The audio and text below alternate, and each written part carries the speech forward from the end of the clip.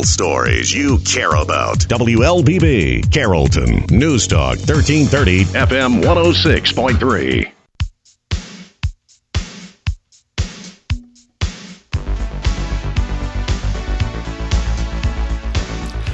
And good morning. Welcome to Community Voice. I am your host, Josh Engel. It's a beautiful, chilly Thursday outside today, and we're joined by none other than Dr. James McNealey. Dr. James McNealey is the principal at Kidspeace, the newly appointed principal at Kidspeace for some time now.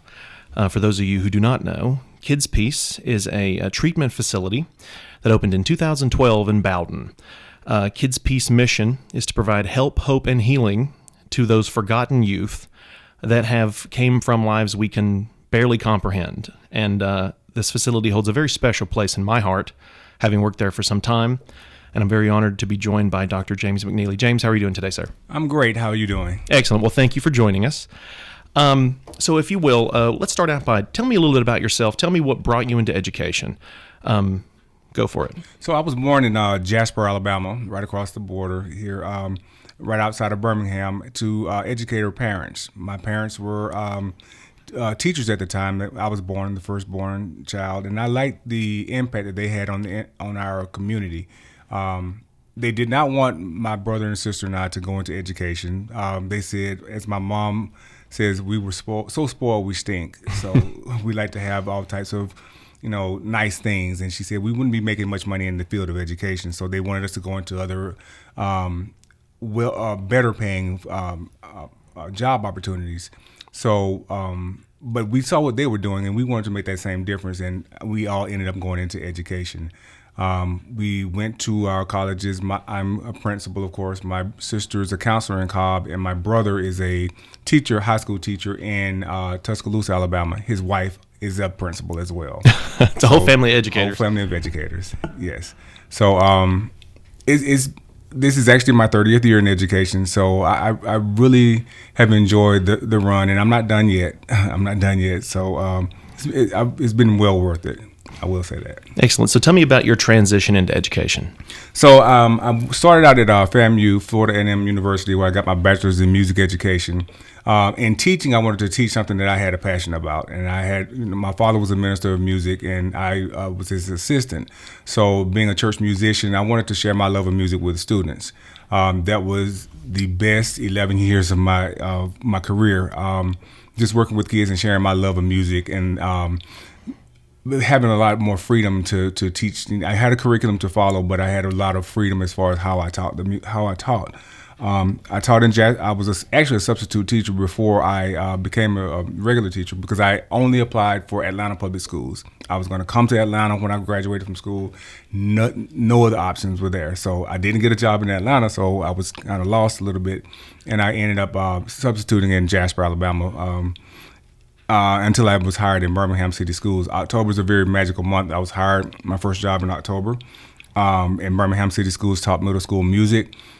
Still wanted to come to the Atlanta area, and I transitioned in 1993. Taught in DeKalb County, had some very good leadership, I will say that. And that's one thing that pointed me towards leadership.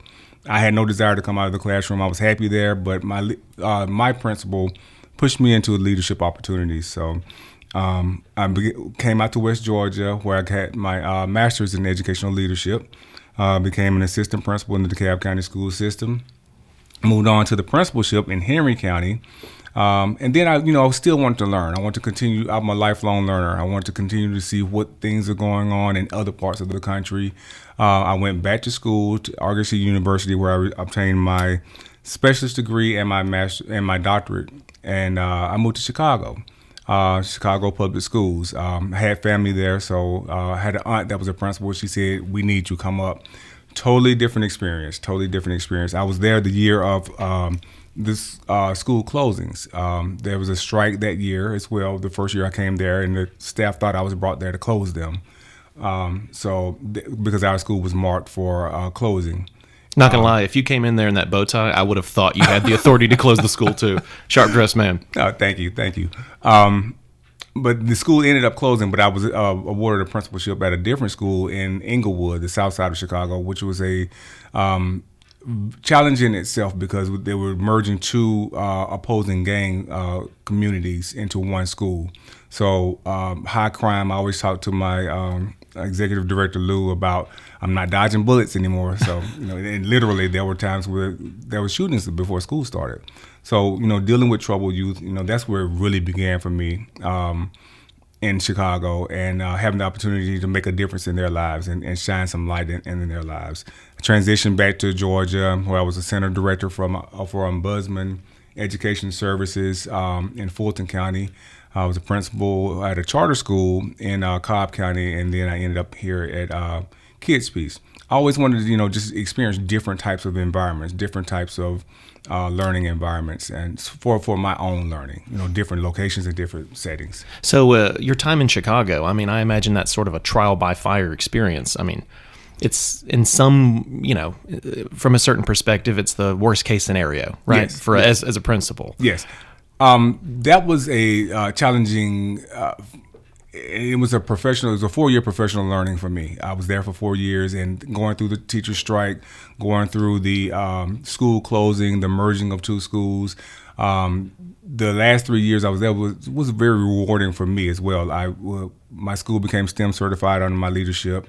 We moved up a level every year that I was there. And then having that impact with those students that were coming from, challenging backgrounds. The school was like a neutral zone for the gangs. They all agreed that, there would be no violence on that block, and everybody came together, influencing the kids that, there is life beyond 8th grade. Eighth grade graduation in Chicago is a big thing. It's almost as big as high school graduation here, because a lot of kids don't make it past 8th grade. Wow. And I actually lost 4 students while I was there. But having that experience of working with those troubled youth, that were coming from unfortunate situations that they had no control over, but they still have to be, have some type of hope that they're going to be successful in the world. And from their experience at home, a lot of times they felt like they had no hope. Why am I coming to school? I'm just going to be just like my parents and things like that. Well, I think my wife and I just recently was talking about how with different life experiences, it's like you acquire new tools for your tool belt. Yes. What sort of tools did you acquire? New skills did you acquire whilst teaching in Chicago, that volatile environment? So I learned how to have a heart for kids without getting so emotionally involved. Before that, I would, get emotionally involved with kids. They had some minor issues, when I was here in Georgia. But when I got there and having to support kids when they were working through the loss of a sibling, of parents being incarcerated. Parents can't even come to the school because it's crossing gang lines. So having a strong sense of empathy, and then finding things to motivate kids to, let's get you loving learning today. We'll worry about long term later on, but I want you to learn to love today. I want you to see where you can be successful. You may not be the best reader in the class. You may not be the best mathematician in the class, but I want you to celebrate. I want to celebrate your wins where you are. So we would do things like have award ceremonies where everyone received awards. And I know that's a controversial topic nowadays, but I want to celebrate you. If you came to school every day, you were able to come to school every day, we're going to celebrate that. You may be barely passing classes or not passing, but you're here, and that's half the battle, coming to school. So developing some incentives for students to come into school and to perform, that was very impactful. Just tailoring all of those incentives for, this is what motivates you to learn. So I'm going to have this incentive for you, something short term, something long term. And I contribute that to the success of the school in Chicago. Excellent. Well, we're going to talk more about what brought you to Kidspeace right after a word from our sponsors. Great. At Tanner, we're advancing health throughout West Georgia and East Alabama, because we know that exceptional care isn't based on how many patients we serve, but how well we serve them. That's why we're focused on quality, delivering the best possible care for our patients. It's why we're expanding our clinical services and building new facilities to serve our growing community. And it's why we're looking beyond our hospitals and medical practices to develop sustainable wellness and preventive health programs in our region. What makes a hospital great has changed. It's not how many beds we have. It's how well we care for the neighbors who need them. Delivering the right care to every patient, every time, is how Tanner is advancing health with medicine beyond measure.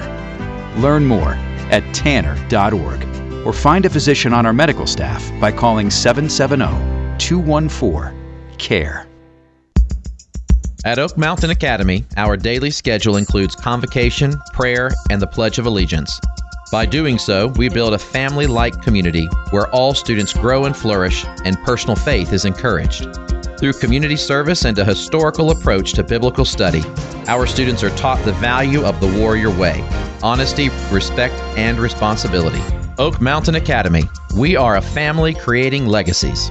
To learn more, visit oakmountain.us.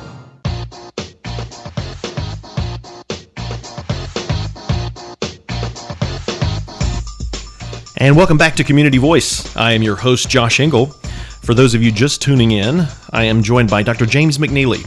He's the principal at Kidspeace, the treatment facility and school in Bowden for kids that have been through a lot. The forgotten kids that have experienced trauma of all kinds, all sorts.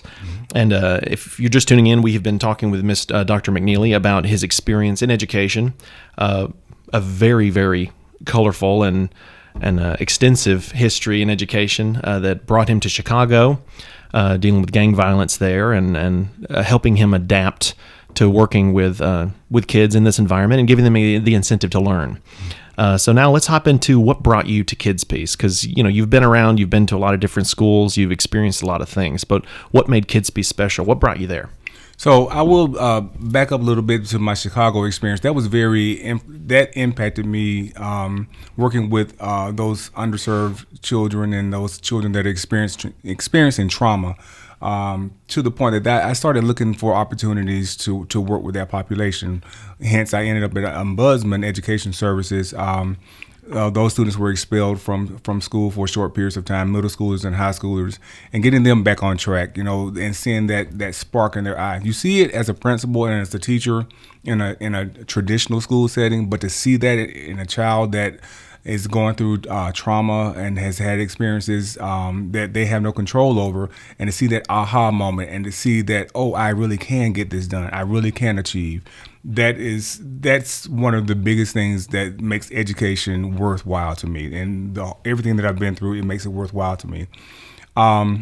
The way I ended up at Kidspeace is a very interesting story. I received a call from our executive director, Mr. Liu, and he invited me out to Bowden. I applied for the position. I knew it was like a little drive for me because I live in the Atlanta area, and so I came out and we talked for over 3 hours. I've never been in an interview for that long. It was just fluid.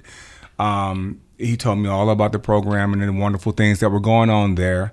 I felt his heart actually, and his passion for the kids. And the leader, if it starts with the leader, if I get that from him, then I know that I'll be in the right place.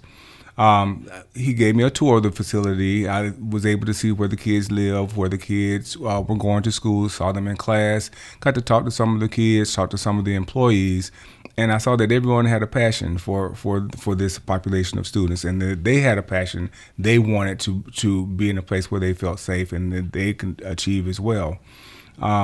We talked about, honestly, we talked about salary and the experiences that I've had. We talked about salary and that the fact that this is a different type of facility and not made to meet my salary requirements. So I went home, talked to my family, prayed about it, and then gave them a call 2 days later and said, this is where I need to be. I can make it work with the salary, but I can make it work with the hour commute. But this is where I need to be because I want to have an impact with these kids and give them that hope, help, and healing that Kidspeace stands for. So through education. So came on board in the facility, went through my trainings and things like that, and was able to interact with the staff and, look at what was working, what was not working. I'm really happy that we have a partnership with Carroll County Schools. They're very supportive. I attend all the principals meetings with the other principals. We have someone that represents us at the counselor meetings and the assistant principal meetings. All of our staff attends the professional development, so we get support from the traditional school, even though we are a standalone school on our own. So yeah, that was a year ago, actually this month. October, like I said, is a magical month for me, so a year ago this month. October, man, that's when it all happens. Yes. Yeah, shout out to Carroll County Schools for this partnership and the resources they provide. Yes. So when you came there, it just you knew this was where you needed to be. I wanted to be in a place where I felt like I could make a difference. In traditional schools, some of the expectations are often we want everything, classrooms to look the same. I was very structured in Chicago. They wanted, your board organization to be the same in every classroom, the date, everything to be exactly the same. So taking all those experiences that I, had from being a sub, a teacher, an assistant principal, and a principal in different locations, I wanted to apply all of that in a facility where I felt like I could make a difference. What could I pull from my toolbox that will work for these kids? And having the different experiences, with some kids, they need more intense, interaction, and some they don't.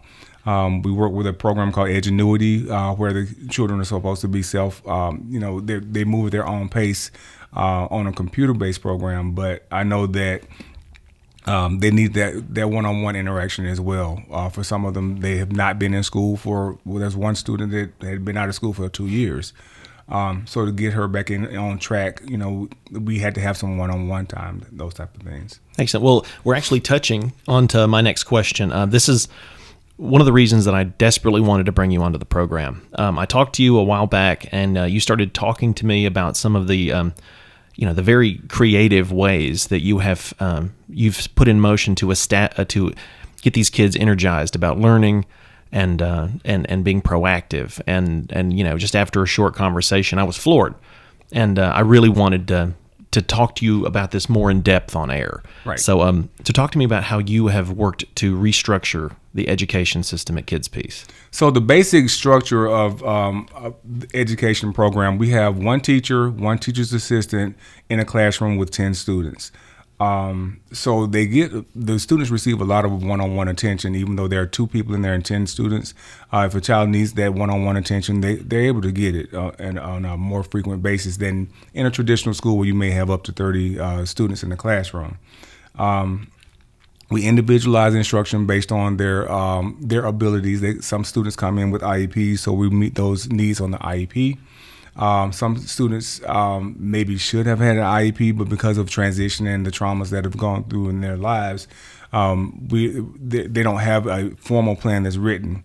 So my goal when I first came to Kidspeace was to get kids into the mode of learning again, to love to learn again. Whether they're reading on a lower grade level, I want you to celebrate that you are reading, and let's build up on that. So we have a structure where students, they come to class. They have a writing prompt that they do in the morning. A lot of times they free write. Just what's on your minds. The teachers may give them a topic to write about, so they're able to free write and just keep a journal about where are you this morning. We schedule frequent breaks for them because sitting in front of a computer screen will be difficult for you and I. So just imagine a young kid that's been through a lot of trauma, sitting in front of a computer screen for that length of time, it would be challenging. So they have frequent breaks where we give them a walk around the facility. But during class time, they sit there and they are working on their Edgenuity assignments and they get support from their teacher. They move forward with, if they're not on that level with Edgenuity, they move forward and they work on some paper pencil assignments, some book work and things like that, which is still recorded because they still are focused in on the standards that they're supposed to be learning. And they're focused in, because we do state testing, the milestones and intercourse tests, our students do participate. So we want them to receive that structure and that information at whatever level they were able to receive it.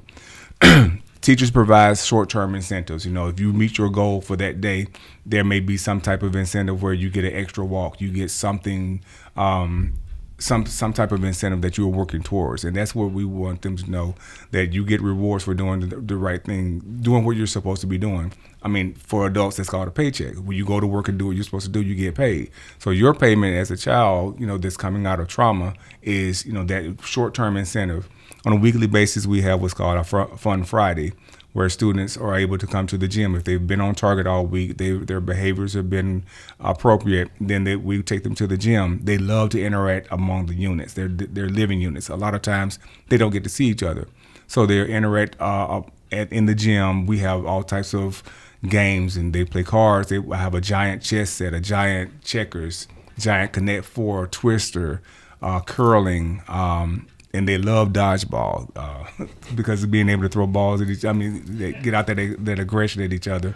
And didn't you mention that there's sometimes there's like staff and students? Yes. They really love that. Like quarterly, we try to do a student versus staff activity. We were doing a student versus staff basketball game, volleyball game, and then we were going to do a dodgeball game, but I really couldn't find a lot of staff that were willing to, be hit by the kids with the balls. But, and they're not going to be fast enough to dodge it anyway. Right. So, that was a little challenge. So I'm trying to find some people that will, participate in that, because the kids were ready. They were ready to go. They were ready to go. Well, we're going to talk a bit more about the changes that you've implemented here at Kidspeace right after a word from our sponsors. Great. At Tanner, we're advancing health throughout West Georgia and East Alabama because we know that exceptional care isn't based on how many patients we serve, but how well we serve them. That's why we're focused on quality, delivering the best possible care for our patients. It's why we're expanding our clinical services and building new facilities to serve our growing community. And it's why we're looking beyond our hospitals and medical practices to develop sustainable wellness and preventive health programs in our region. What makes a hospital great has changed. It's not how many beds we have. It's how well we care for the neighbors who need them. Delivering the right care to every patient, every time, is how Tanner is advancing health with medicine beyond measure. Learn more at tanner.org or find a physician on our medical staff by calling 770-214-CARE.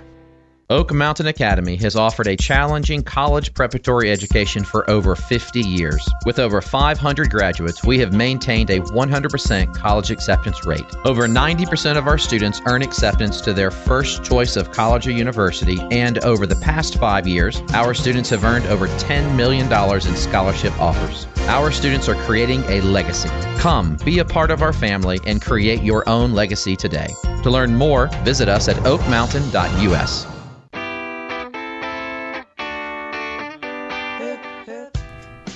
Welcome back to Community Voice. I am your host, Josh Engel, and we are joined by Dr. James McNealey, the principal at Kidspeace, a man with many years, 30 years of education experience, working his way from a substitute all the way up to a principal, and he's been a principal in schools all over Alabama, Georgia, and up in Michigan as well, Chicago. Yes, yes, indeed. So, if you have been listening, you know that we were just talking about how Dr. McNealey is trying to shake things up at Kidspeace and give these kids short-term incentives to learn, helping them want to learn, which is all the difference. So let's continue on that. So one of my vision moving forward is to take the students off of the computers and have direct instruction. I was telling Mr. Liu that my vision for next school year is to have all direct instruction. I want this to be as much of a traditional experience for our students as possible while they're there. They're there from like 6 months to 6 to 9 months on average. Some have been there longer, some have been there a shorter period of time. But while they're there, I want them to have as much of a traditional experience that they would at their home school. So I have them. I want them to be able to change classes and things like that. So I'm looking for teachers that are, certified in specific areas, so that they can teach specifically. The language arts teacher can teach all the reading to multiple classes of students, and what those hands-on activities. They really love the arts and crafts and learn by doing. The incentives really work out well. We started out with one incentive where. When I first got there, they had an outside day where they were able to go outside and play basketball or take chalk and just draw. We had one basketball court where one of the goals was damaged, So we allowed them to, you can draw on the chalkboard, draw on that court with the sidewalk chalk, or play basketball. And it was amazing to see every kid out there, from some of the ones that had some behavior issues. Every one of them got the chalk and just started drawing pictures. I gave them guidelines. It was beautiful. It was just, to see them interacting together and drawing things and sharing things and drawing things that were on their mind and different artwork that they wanted to express. That's amazing. Well, in your time here, I imagine you've seen some success stories, and we always like to highlight those. Who are some students that have really just jumped out at you? And this alchemy, as I mentioned it to Lou before, it's creating something beautiful out of sometimes very little, Yes.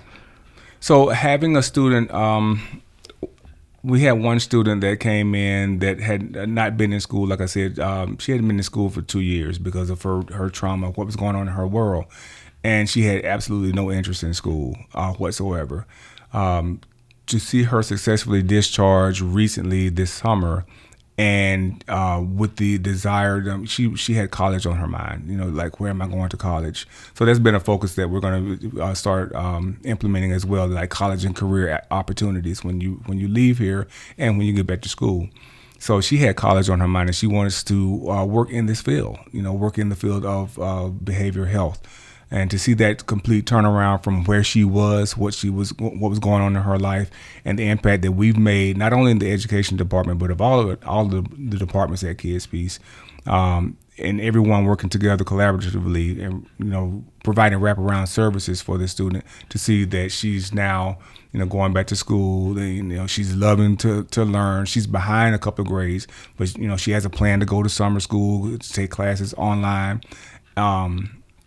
We like to see those type of success stories. Another student, had some behavior issues and challenges, and was being moved not by us but by his organization that brought him. And when he found out he was leaving, he was brokenhearted because he said, "I feel safe here. I feel I like being here with you all. You guys have put up with me, and really, you're not giving up on me, and I don't know where I'm going next." So to know that we have that type of that impact on the students is that in itself is worth more than any paycheck. Just to know that I've made a difference in the future, and now focusing in on education and knowing that they have an opportunity to get back on track with their education and be successful, productive citizens, no matter what their background was. That's the biggest reward. Well, in the 2 minutes we have left, what is something listeners might not have a full understanding of these kids? What is something that you would like to tell listeners in regards to these children, what these kids have been through, to sort of help put things in perspective? Because, just from what I know, these kids have been through a lot. Right. A lot. Some things that I couldn't even repeat on air. Right. Just horrible things between sex trafficking and years of systematic molestation and abuse and gang violence. What is something you would like listeners to understand about these kids? One thing that I've lived by an African proverb, it takes a village. It takes an entire village to raise a child. And I want listeners to understand that this is a job for all of us, not just those of us that are in the facility. We want to continue the positive relationship that we have with Bowden residents, with Carrollton, Carroll County, and even extend it out to the state of Georgia, because we receive students from all over the state. So it's not just our responsibility. We don't just, those of us that are employed by Kidspeace, it's all of our responsibilities. We have to wrap our arms around these kids and let them know that they have a future, they have a bright future, and they are loved, and they are safe, and they are cared for. Continuing with that, we will be, these kids are going to be okay. They're going to be fine. They're going to be very successful. Excellent. And, as as Lou Shagawat says, help them remember that they are worth it. They're worth forgiveness, and they're worth a future. And Dr. McNealey, you're out there helping it happen, helping make it happen. So thank you so much for coming on today, sir. Thank you. Enjoyed it.